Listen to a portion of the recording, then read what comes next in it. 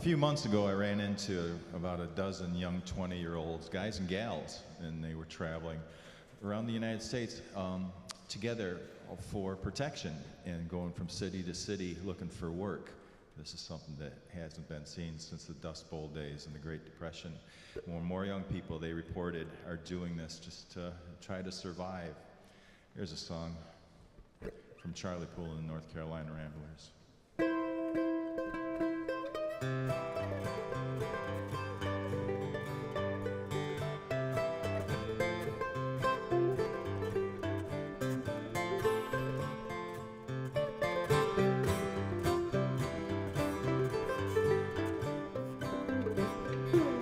One Tuesday morning and it looked like rain. Around the curve come a passenger train. On the blind said old Bill Jones, a good old hobo when he's trying to get home. Trying to get home, just trying to get home. A good old hobo when he's trying to get home. Way down in Georgia on a tramp, the roads are getting muddy and the leaves are getting damp. I gotta catch a freight train to leave this town, cause they don't want no hobos hanging around. Hanging around, just hanging around. They don't like no hobos hanging around.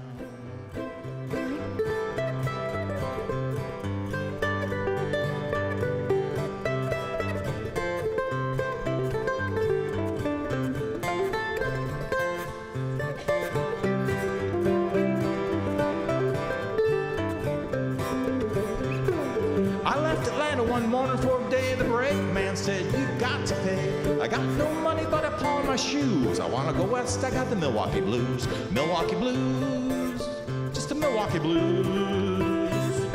I wanna go west, I got the Milwaukee Blues. Old Bill Jones said before he died, now fix the road so the boats can ride. When they ride, they will ride the rods. Put all the trust in the hands of God. Hands of God, just the hands of God. Put all the trust in the hands of God.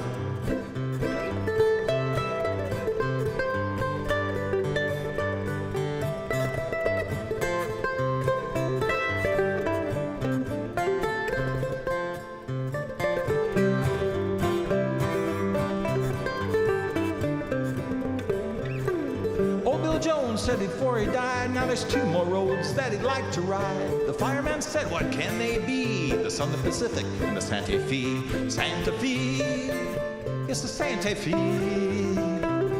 The Southern Pacific and the Santa Fe. One Tuesday morning and it looked like rain. Around the curve come a passenger train. On the blind said old Bill Jones, a good old hobo and he's trying to get home. Trying to get home, just trying to get home. A good old hobo and he's trying to get home.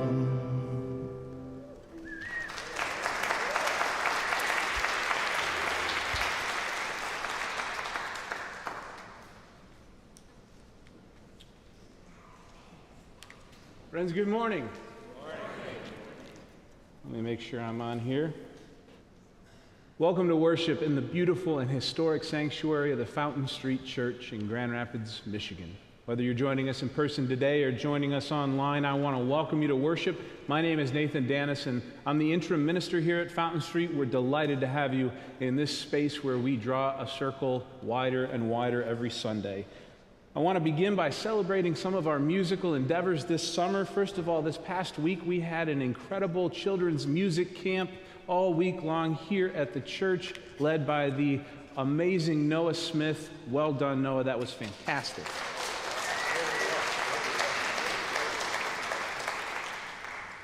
That program will continue to happen here because it is a good program. We had just a lot of really great kids show up and make some noise and have an amazing time. This summer we've been having guest musicians from the community singing and praising and dancing with us here in worship all summer long. Today we welcome back to the sanctuary the Grand Rapids Solidarity Singers, who we'll hear from in a moment, and also Bruce and Becca Ling from Hawks and Owls String Band. Welcome back to all of you.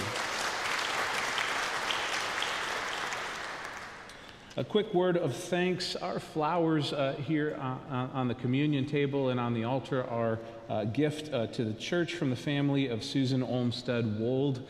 Susan Wold's memorial service was here yesterday, and I want to thank Heather Palmer and the Women's Association and all the people for that celebration of life and for the hospitality that they are showing every family who needs this space in their time of need. As we continue our worship services this summer, just a heads up, we are having a lot of construction in here. I know it doesn't look like it this morning, but next Sunday and the Sunday after that, you will see a great deal of evidence of construction. We are replacing the lighting and sound system in here. Already some of the can lights are up, and some of the work that was done this week was impressive. Next Sunday, they will not be able to clear this room ahead of the construction work. So please, if you could just stay off the scaffolding and the cranes and the construction equipment, I would appreciate that very much. But the lighting may be a little bit interrupted next Sunday. We'll head out. We'll hand out miners' lamps if they're needed. But I did want to mention that if you are someone who joins us online, next Sunday we may have some interruptions in our service. We're working very hard to make sure that that doesn't happen. But just a heads up, and then we'll be able to kick off our program year on September 7th when we welcome the choir back. We'll have the new system in place ready to rock and roll. Please plan on being here September 7th. That's our celebration Sunday. You'll hear me talk more and more about it as we approach the month of September. This is a church that makes ready for peace. It does that by celebrating in here what we expect to see out there. And so this morning we'll continue our worship service by sharing a word of peace. I will offer a word to you and you can return it if you wish, and then I want to encourage you to greet one another with words of peace and kindness, and then we will be led in song by the Solidarity Singers. But first, friends, may peace be with you. Let's greet each other with words of peace and hope.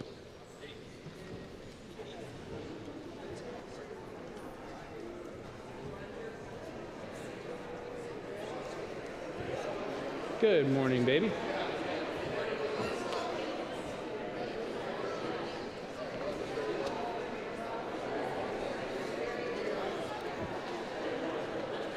Good job. Peace be with you. How many kids did you have? You had like 16 kids? Between 7 and 10. Yeah, so times 3 days, that's, 21 kids. That's good. Thanks for the shout out. Yeah. Good morning.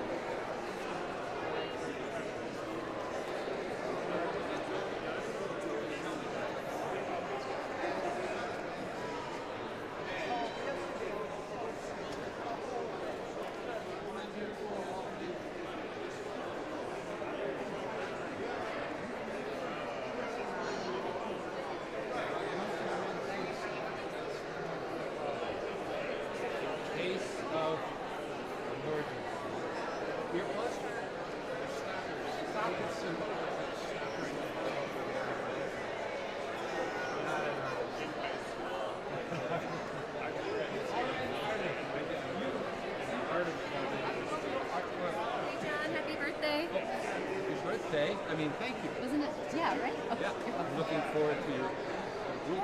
Yeah, it should be fun. Yeah. This is your second time. It is, yeah. Yeah. There's a lot of people here, which is good. I know people keep saying they're surprised by how many people are coming to Sunday service in the summer, because it's a kind of a new thing. No, there wasn't one. Right, yeah. He thought that somehow he could have 2 summer services. Oh, well, And we're all thinking, it's going to be hot. You know who's going to come here? And look, yeah. we're getting there. If you make a service, they will come. Yes, yeah, that's awesome. Are you going to join us up here? With Garrett? What name? No? John. Yes. We're going to sing a song in just a few minutes, and then we're just going to sit down. There's going to be a reading, then it's going to be the kids' time. Okay? Just a few more things. You brought up what are you going to do? Are you going to stand up here with me? Or are you going to go sit in your seat while we sing? What are you going to do? I need to move my music stand, so I need you to step aside, okay? All right. We're going to do, the song we're doing now is called Banks of Marble. Did you get a bulletin? Yeah, it's in the it's part of it's in the bulletin anyway. It's in the bulletin. All right, Michael, here we go. Grab here, you gotta be in the choir. Which you're welcome to do. Praise God. I'll stay back there.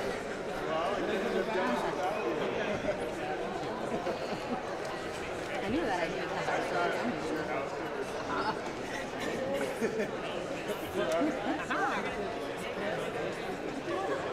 It's really hot. Just the makes like the chorus. Yeah. No, it's good. So we're doing it, yeah.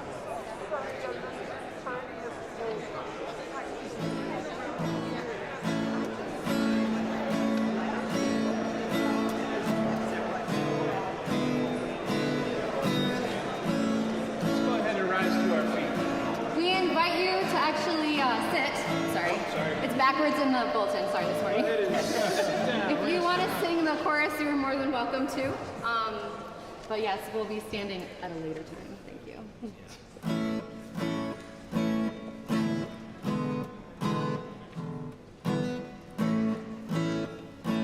I've traveled around this country from shore to shining shore.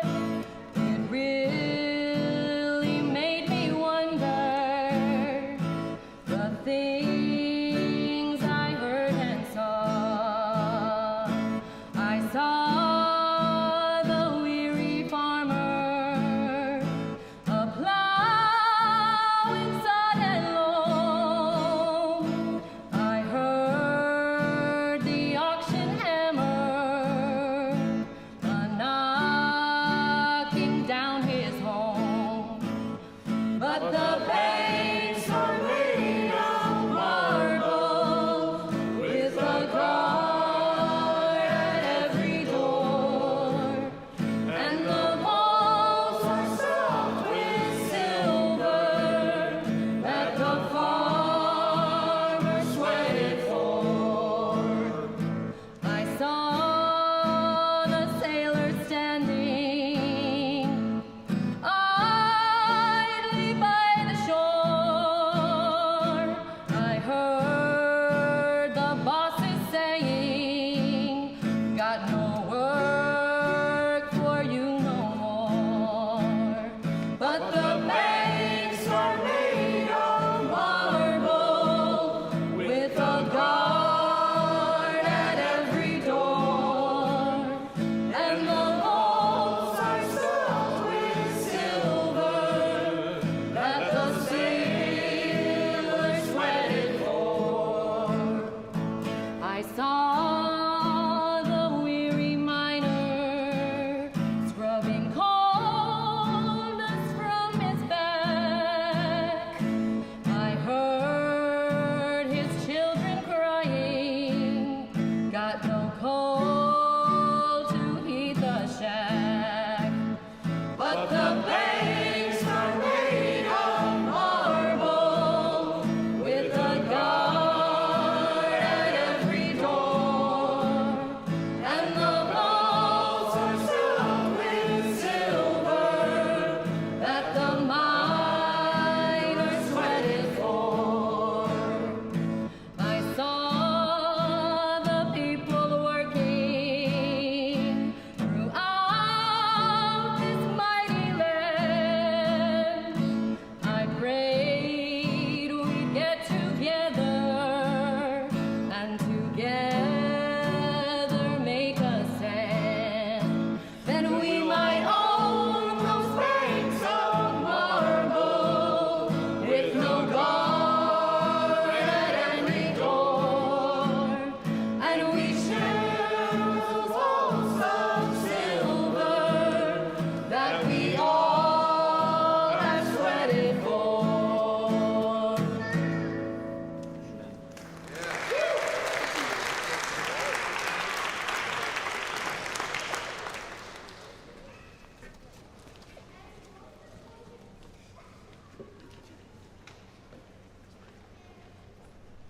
Good morning. This is the parable of the rich fool from the Gospel of Luke, chapter 12. Rabbi Jesus was speaking to a great crowd of people when someone said to him, "Teacher, tell my brother to divide the family inheritance with me." Jesus replied, "Friend, who set me to be a judge or arbitrator over you?" He said to them, "Take care. Be on your guard against all kinds of greed, for one's life does not consist in the abundance of possessions." Then Jesus told them a parable.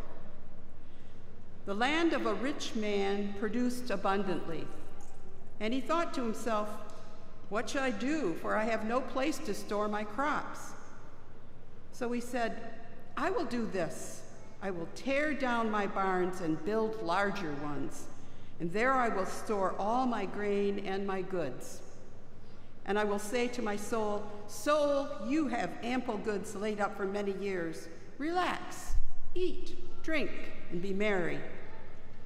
But God said to him, 'You fool, this very night your life is being demanded of you, and the things you have prepared, whose will they be?'" I want to invite all of the children who are here to come forward for the blessing, and I'll invite the Solidarity Singers. Oh, I'm sorry, I thought we were, you know what, let's do it this way. You're right, let's do, you know what, can we do it this way? I want to invite the children to come forward. This is a good story. Go listen to this, and then we'll listen to the Solidarity Singers too. You guys can hang out here with me for a minute. All of the children to come forward for just a moment and join me up here before Character School.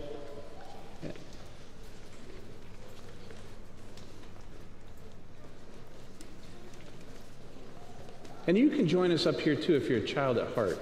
So we always need more adults. All right, first of all, I want you guys who are here to pay attention to this story that's up there, okay?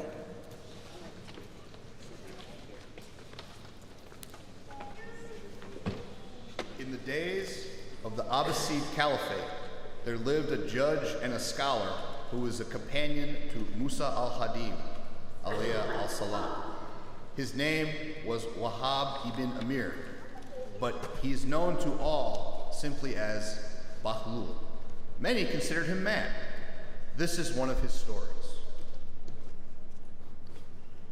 The sage Bahlul liked to visit the graveyards. "People here are good friends," he said. "They do not backbite." Once, Bahlul sat in the corner of a graveyard. He had a long, heavy stick. He started poking some of the old skulls which lay scattered about. The great king, Harun Rashid, passed him by and saw him. The king asked, "O Bahlul, what are you doing?" Nothing important, he said. "I'm just trying to find out whether these skulls belong to kings or paupers. They're all the same." And the king asked, "What is that stick for?" Bahlul replied, "Well, I am measuring the depth of the earth." The king laughed and said, "What are your findings?" Bahlul answered him, "It is equal and the same, O king. 3 arm lengths for me, in spite of my poverty, and 3 arm lengths for you, in spite of your wealth." Amen. All right, let's welcome the Solidarity Singers up. I think that Ren has a story that she wants to share with you and a song that she may want to teach you. I think that some of you already may know this too. Everybody wants to kind of come together so that you can see better. If you don't want to, that's okay. But if you don't mind, we can switch together a little bit in the middle. Good. Because what I want to do is I want to ask you, just for today, you can all be a solidarity singer too. And I don't know, solidarity is kind of a word that means to everyone in the world, people far away, our neighbors who are going through different things than us, having hard days, that we love them and we will stand next to them and we'll be a good friend. Do you guys know how to be good friends? Yeah, I'm sure you do. Okay? My name is Ren. My son is up there, and I am one of the facilitators of Solidarity Singers. And congregation, pay attention because we need your help too, okay? So the song I want to teach you is called Wings of an Eagle. And I'm going to sing it through one time. And some of you maybe already got like a sneak peek, so we'll see if you remember. It goes like this. If I had the wings of an eagle, if I had the wings of an eagle, I would fly, fly away, and be at rest. Let's see if we can all sing that together, and that's for everyone in the room. So I'll sing a little bit and then you sing it back. If I had the wings of an eagle, ready? If I had the wings of an eagle, if I had the wings of an eagle, if I had the wings of an eagle, wings, I would fly, fly away. Ready? I would fly, fly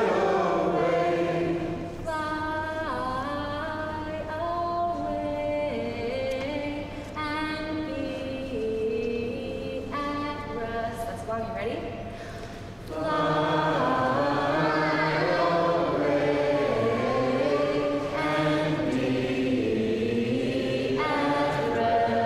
Next part goes like this. Since I have no wings, since I have no wings, since I have no wings, I'm gonna sing, sing, sing, sing. You ready? Since I have no wings, since I have no wings, since I have no wings, I'm gonna sing, sing, sing, sing. Since I have no wings, since I have no wings, since I have no wings, I'm gonna sing. All right. The last part that we're going to end it with is we kind of practiced this at music camp, and we thought singing Eagle every time was a little boring, right? We thought maybe it might be funny to sing about a different flying bird or something. A turkey? Somebody say turkey? A turkey?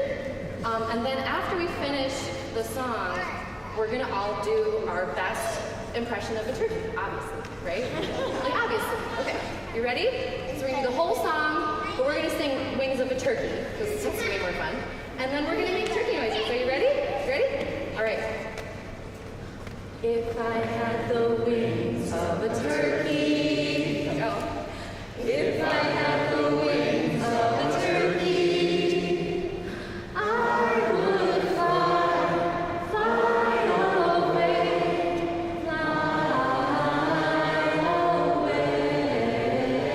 and be at rest. Since I have no wings, since I have no wings, since I have no wings, I'm gonna sing, sing, sing, sing. Since I have no wings, since I have no wings, ready? Since I have no wings, I'm gonna sing.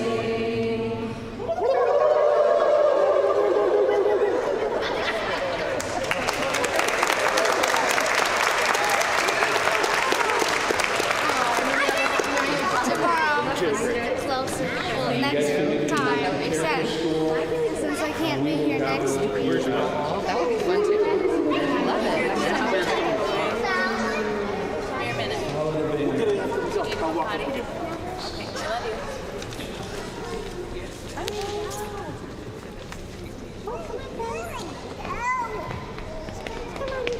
Thanks for singing with me. Ready? We're gonna go upstairs. We'll go upstairs with your friends, okay? And now, as for you, my flock of faithful turkeys, let's take a moment in silence and meditation to use as you see fit. Please join me in silence.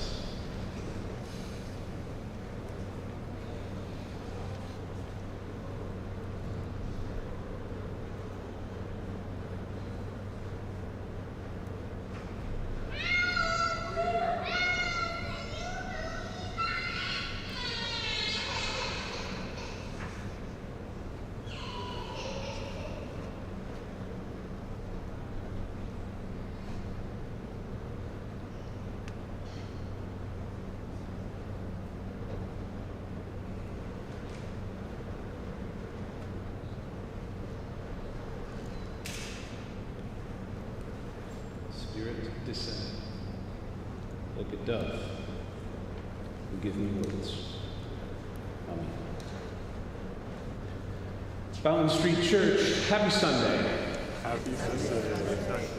I love the parallel cycles of myths and stories that happen in different cultures around the world and the way we can collect them and share them together. I'm fascinated by the way that two different cultures or two different groups of people can be on the opposite sides of the planet and still reach some similar conclusions about the nature of life, and then weave it into memorable stories to teach their children by firelight. Someday, church, we will dig into the work that Joseph Campbell did right here at Fountain Street Church. We'll probably get Bruce Bodie back up here to talk about it. But suffice to say, I had a hell of a hard time choosing just two stories about the dangers of hoarding wealth. We had two wise sages from history, from 1st century Palestine, Rabbi Jesus of Nazareth, and from the 8th century in Iraq, Wahab ibn Amir, also known as Bahlul. These are stories that are often taught to children in that part of the world. It is a disappointing feature of our modern secular age that we've basically done away with the shadow realm of monsters and fear, the beasts that lurk in the darkness of the shadows. We've depopulated the darkness of nameless terrors. Well, at least when I was in seminary, there was still one professor at the school that succeeded in scaring the hell out of me, and he was the dean of the Chicago Theological Seminary, Dr. Dow Edgerton. And Dr. Edgerton didn't scare me because he was the dean. I still don't really know what the dean does. He used to poke his head into the classroom and say, "Does anything in here need deaning?" And then he would go away. He was a really good teacher. And he was a great storyteller. It's not hard to scare graduate students in a conventional way. They're fragile creatures, mostly timid and tired. And I don't want to imply that Dr. Edgerton was a frightening person. 100% the opposite. Dow was quite literally the Fred Rogers of my time in Chicago. He remains one of the kindest and best men that I've ever known. But he also really knew how to tell a story. And he knew the names of the monsters that are eating the world. He told us this parable of the foolish rich man that we just heard. And he taught us the ancient parables of Jesus. We were transformed. We were no longer students in Hyde Park. We were adolescents gathered around a firelight, sitting beneath the vault of some cave in Lascaux or something like that. The land of a rich man produced abundantly. I love that line so much. The land of a rich man produced abundantly. Who produced? The rich man did not produce. The land produced. The land produced. Only in America do we imagine that we produce and not the land. The rich man thought to himself, "What should I do? I've got no place to store all of my crops." And the man looks at his barns, pondering how he might tear them down and build bigger barns because the wealth, oh my God, the money, the wealth, it's in great heaps and piles. He's going to build bigger barns to store it in, to hold on to it. And he imagines the days to come, now that everything's better, everything's fixed, all his problems are solved. He imagines his days ahead filled with leisure and rest and good food and song and merriment and all. He's sitting there on the porch imagining all of this stuff that's going to happen. And all the while, he's looking out at the barns he's going to tear down, and the barns are looking back at him.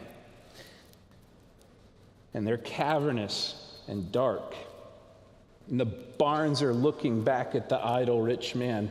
And the man lost in thought, unaware that those same barns are slowly shifting and changing in subtle ways. And as he looks at the barns look at him, and perhaps we watch in horror as the window of a barn begins to glow from inside, and the window begins to take on the shape of an eye. And the doorway of the barn begins to change shape and curl at the corners into the form of an open mouth. God. We sit and spend our days in idle wonder, daydreaming about our future desires, and ignore the very real demons that are sitting right out there ready to eat us. Now, Mammon and Moloch are the twin demons, the twin gods of the American empire. Mammon and Moloch. They cast spells over the people, and Mammon promises us safety and security if we'll serve him and let money be our master, and he promises us the whole world. And Moloch promises us safety and security and vengeance if we'll serve him. Worship violence. Allow violence to redeem us. Buy a gun. A gun will keep you safe, he says. A lottery ticket and a gun. Those are the amulets of the two gods of the American empire, Mammon and Moloch. The rabbi from Nazareth, Jesus, is very direct in talking about money. Very plain spoken. And that's perfectly biblical, because this thing is money talk from cover to cover. And it's ironic to me that the American capitalists found a way to shoehorn the religion of Mammon into this thing. Pray and get rich, well, that sort of stuff. You heard of the prosperity gospel, all this nonsense. How many times but it's more insidious than that, because I know that I've done this before. How many of us have heard Americans talk about their own wealth, apologetically perhaps, and say something like, well, we're very blessed. We're very blessed. That isn't how it works. People in this book who are blessed end up going through a lot. Most of them aren't rich. We can't even communicate about our relationships with each other in the English language in America without referring to money and capitalism. There's been a lot of research that's been done on this by language scholars. Probably two of the most famous I'll talk about real quick. Raymond Williams wrote about this in the way that we use language. He started out in the 1950s and 60s by noticing the way that language changed after World War II. So following World War II, words that had previously meant something very real and physical, something they took on the costume of metaphor and simile. So we'll give you a couple examples. He points out that when something controversial happened in the government or something was revealed, it was a bombshell. It was a bombshell revelation. And the poor politicians were suddenly embattled. You have an embattled politician. An editorial written about them will be described as a hit piece, a hit piece. Okay, this is martial language. These are military words that point to something very real. And after World War II, they became metaphors for our relationships with each other. Bombshells, embattled. If I make a proposal to the governing board of the church and I discover, to my dismay, that they don't like it, well, let's say the board shot down his idea. They shot down his idea. As if my ideas is like a lovely airplane flying through the sky. And there's a little cannon starts to come up out of the middle of the table. Just like that. Just, wow, shut it down. So our metaphors reiterate our values as a culture. The way that we deploy language. You know, I just did it right there. See? Deploy. Right? What is that? It's military stuff. Wish I was more on target. I need to change my strategy. This joke is indefensible. It's everywhere. You can't get away from it. Likewise, money and the language of economics dominates our communications. It saturates our symbols from when we just start to learn how to speak. I'll watch my children playing a game, taking turns with some imaginary game, and one child will say to the other of their turn, they'll say, well, you owe me one, you owe me one, you owe me a turn, I'm owed something, right? Owed. It's an English language thing. It doesn't occur in other languages. This language of debt. I see a stranger smile at another stranger for doing a kindness in public, and they'll say, I'm in your debt, right? George Lakoff calls these ontological metaphors. They mess with us. And I believe that's where the monsters live. I think that in the darkness of language is where they dwell. We talk about the economy with metaphors. And the economy itself is a metaphor. What is an economy?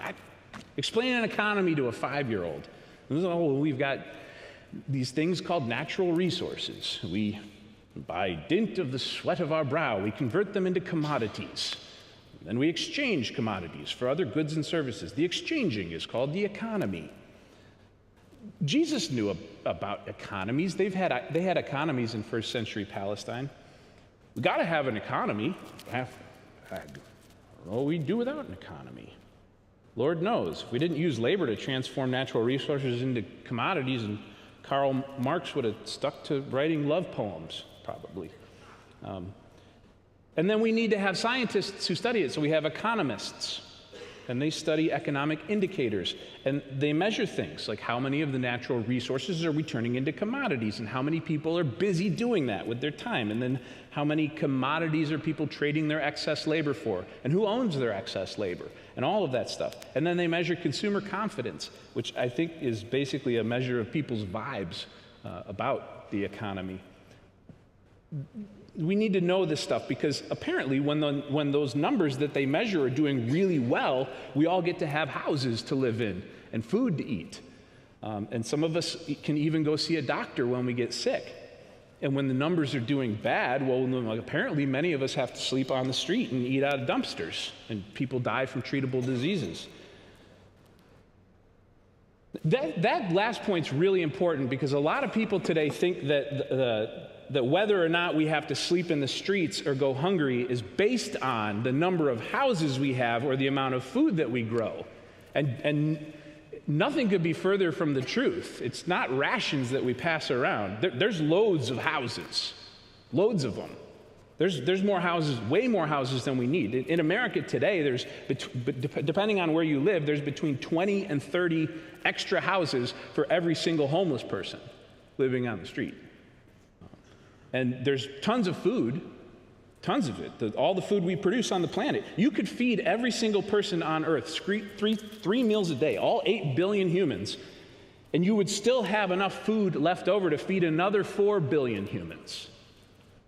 Right? We produce 50% more food than we eat. So, and that's not counting all the food we feed to livestock or turn into fuel or gasoline or plastic, God knows what else. Well, there's way more than enough to go around. It's not about having enough natural resources or commodities, it's about this other thing, the economy. So the economists say sometimes it's doing good and sometimes it's doing bad. We got to trust them. But we use a funny word to describe it. This is important too. When the economy's doing good, they say it is growing. Growing. Who doesn't like growth? Right? It's got to be a good thing. I take my kids to the doctor every year because that's something we're lucky enough to be able to do. And they get a chart out and they look at the kid and they measure him. And they say, well, it's growing. The kid is growing. It's good. If they're shrinking, we got problems. You know? All sorts of things grow. Trees grow and flowers grow and plants grow and grow and grow. It's good. Love grows, right? And the economy grows.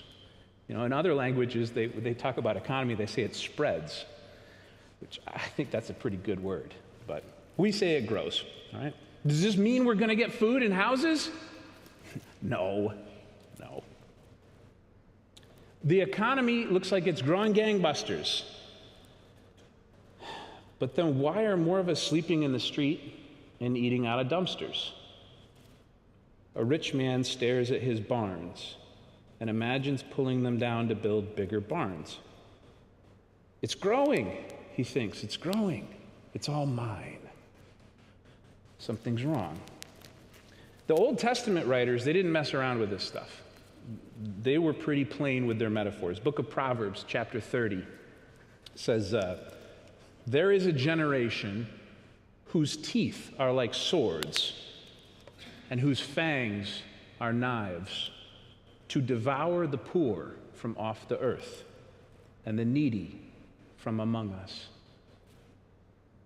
Teeth like knives to devour the poor. Jesus quotes this in the Gospel of Matthew. Jesus says, "Woe to you, scribes, and woe to you in authority. You devour widows' houses." The economy is growing, but it doesn't seem to feed us all. In fact, as it grows, it eats. It devours. It consumes. The voracious appetite of bigger barns. And Jesus says, beware. Be on your guard. And he says, you cannot serve both God and Mammon. The ancient storytellers, the keepers of wisdom, the ancestors, knew that the problem wasn't the existence of markets or the existence of trading or that sort of thing. Well, the problem wasn't the gold itself. The problems arrived when people started worshiping that, when people knelt at the throne of money, when the people praised the economy for its growth, and the people made a graven image out of finance and built a fire on the altar and started making sacrifices to it. We know how the story ends for all of us. The sage Bakhlul is sitting in the graveyard doing economics. The great sage of Kufa is trying to measure the wealth of the dead. He's examining skulls and prodding the earth, measuring the depth of the graves. And along comes the wealthiest man in the world, so far as he's concerned, the king. Well, what are you doing, Bakhlul? And he says, I'm measuring. I'm doing economics, What are your findings? The king says. Bakhlul says, well, turns out depths of all these graves are identical, in spite of how many barns you build. Before us are all of the choices that we can make. And there's a whole pantheon of gods. We can worship or refuse to worship. There's a pantheon of gods and deities crying out to us out there, making promises to us, promising us, the fulfillment of all of our desires. Every day, God's promising us safety and security and celebrity and comfort, promising us love and promising us the adoration and praise of other people. The gods of this American landscape are titans walking the earth with teeth like knives, mouths devouring widows' houses, crying out to us from every corner of our lives, promising us deliverance and salvation if we'll bow down before them and worship them, bend the knee and kiss the earth, and so crushing the weight in our own lives, and so desperate we are, gasping for breath, mouths filled with dust and ashes and eyes red from weeping, that we're ready to collapse and surrender right there before the golden throne of Mammon, before the brazen bull of war and violence. But look down. I look down, and I see there at my feet, in the cracked earth, a single stem of green and a small and growing flower, a little yellow flower growing out of the ground. And that's all I need to remember that all the money in the world cannot coax a single blade of grass from the earth. And I can hear a distant voice saying that we shall not be moved. And all the armies and power and violence on the planet cannot make the sun shine, cannot make the breeze blow. And I remember that these are not my gods, and this is not my religion. And I remain steadfast and unmoved. We are animal spirits. Animal spirits. Not like those gods, Mammon and Moloch. Growing things that are real and we choose to serve a God of life or no gods at all, we choose every moment of our lives who we will serve. And in that very moment, when we make that decision, we are liberated. And we shall not be moved. Be liberated out there and choose for yourself who you will serve. And remember that in the final accounting, the economics are the fiction, and the flower is real.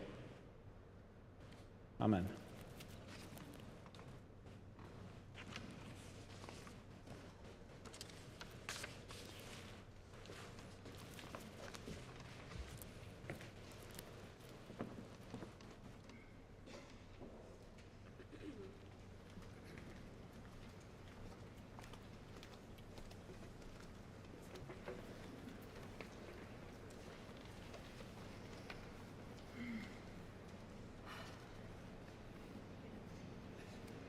We're going to invite you to sing this with us. This is the song, We Shall Not Be Moved. It's very repetitive. You can stand if you are able. And we'll call out the first line of each verse as it will change. The first one goes like this, and we'll sing it twice, so feel free to join in.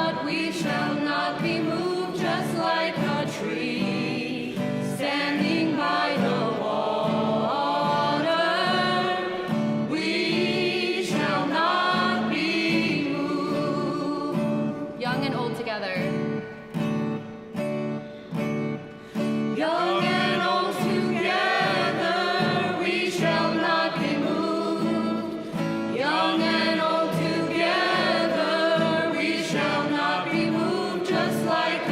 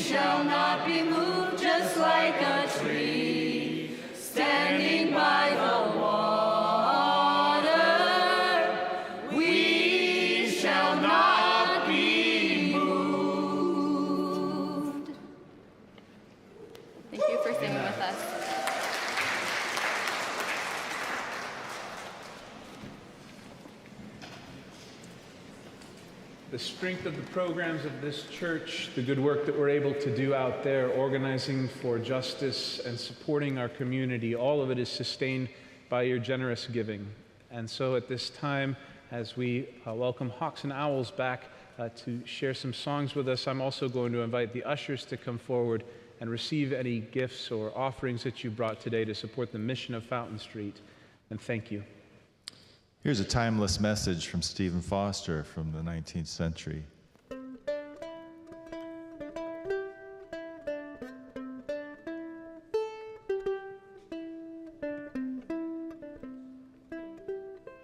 Let us pause in life's pleasures and count its many tears while we all sub sorrow with the poor.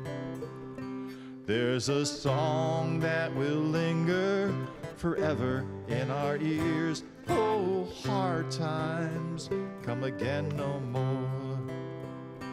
'Tis the song, the sigh of the weary. Hard times come again no more.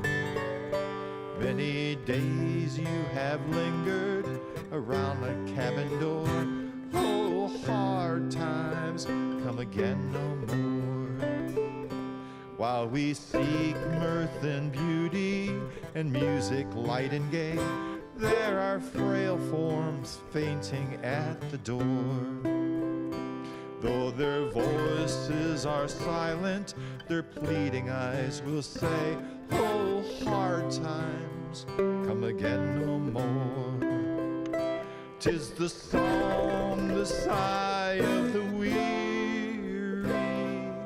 Hard times come again no more. Many days you have lingered around my cabin door. Oh, hard times come again no more. There's a pale, drooping maiden who toils her life away with a worn heart whose better days are o'er. Though her voice would be merry, 'tis sighing all the day. Oh, hard times come again no more. 'Tis the song, the sigh of the weary. Hard times come again no more. Many days you have lingered around my cabin door. Oh, hard times come again no more. 'Tis a sigh that is wafted across the troubled wave. 'Tis a wail that is heard upon the shore. 'Tis a dirge that is murmured around the lowly grave. Oh, hard times come again no more. 'Tis the song, the sigh of the weary. Hard times come again no more. Many days you have lingered around my cabin door. Oh, hard times come again no more.